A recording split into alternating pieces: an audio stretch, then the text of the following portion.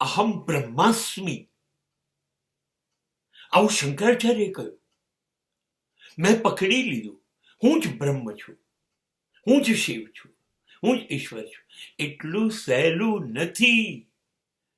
જિંદગી ઉકરડ્યો છે, અંધકાર માત્ર છે, પાપની દુનિયાથી ઘડતર થયું છે, બધી નબળાઈઓ છે, ઇન્દ્રિયો કાબુમાં નથી, વૃત્તિઓ તો ભડકે બળે છે, અંદર ક્યાંય શાંતિ નથી, બહાર રખડી ખાઉં છું, ભટકન ચાલુ છે, રજપાટ ચાલુ છે, પલાઠી વળતી નથી, આંખ બંધ થઈને સ્થિરતા આવતી નથી, શાંતિની શોધમાં છું.